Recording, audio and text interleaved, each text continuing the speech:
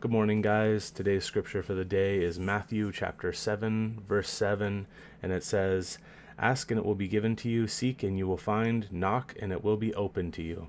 I love this scripture. It's such an awesome scripture. It's a scripture that's talked about a lot, actually, when people minister and people do sermons and messages because of the general words that it says. We're going to dive a little bit deeper than that today. I will try and go as fast as I can. Just a really simple thing, less than 10 minutes from your day.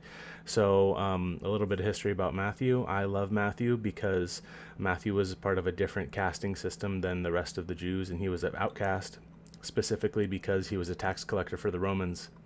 So typically, you see the word tax collectors right next to sinners. If you have read the New Testament, you know what I'm talking about. The reason for that is because there were both things that the Jews did not like at the time. So the fact that Jesus went up to Matthew and took him out of his tax booth to go do the ministry with him and became an apostle is a miracle to me, and it's a symbolic thing about how the Lord sees the inner man and the spirit of the person rather than just seeing what they do or the things that can define them, things like that. So anyways, I digress.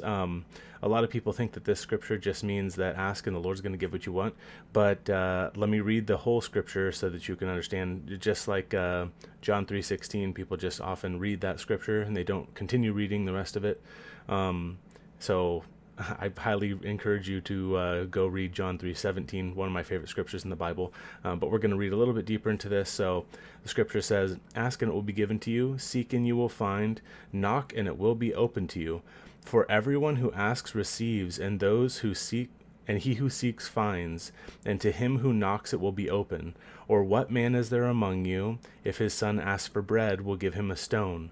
Or if he asks for a fish, will he give him a serpent? If you have then, being evil, know how to give good gifts to your children, how much more will your Father who is in heaven give good things to those who ask him?" Okay, so this ending part of the scripture, the part that people don't typically read down into, talks about how the Lord is going to give you what you need and not what you want. And so when you're asking and you're seeking and you're knocking, those are all representative of things that you do, and God will respond to those things and he will answer to those things through his love for you. And so he's not going to give you something that you're asking for that is bad for you. He's not going to give you a serpent if you're hungry. If you're praying for bread, he might not give you bread, but he's definitely not going to give you a serpent. So that's the kind of the second explanation to the scripture.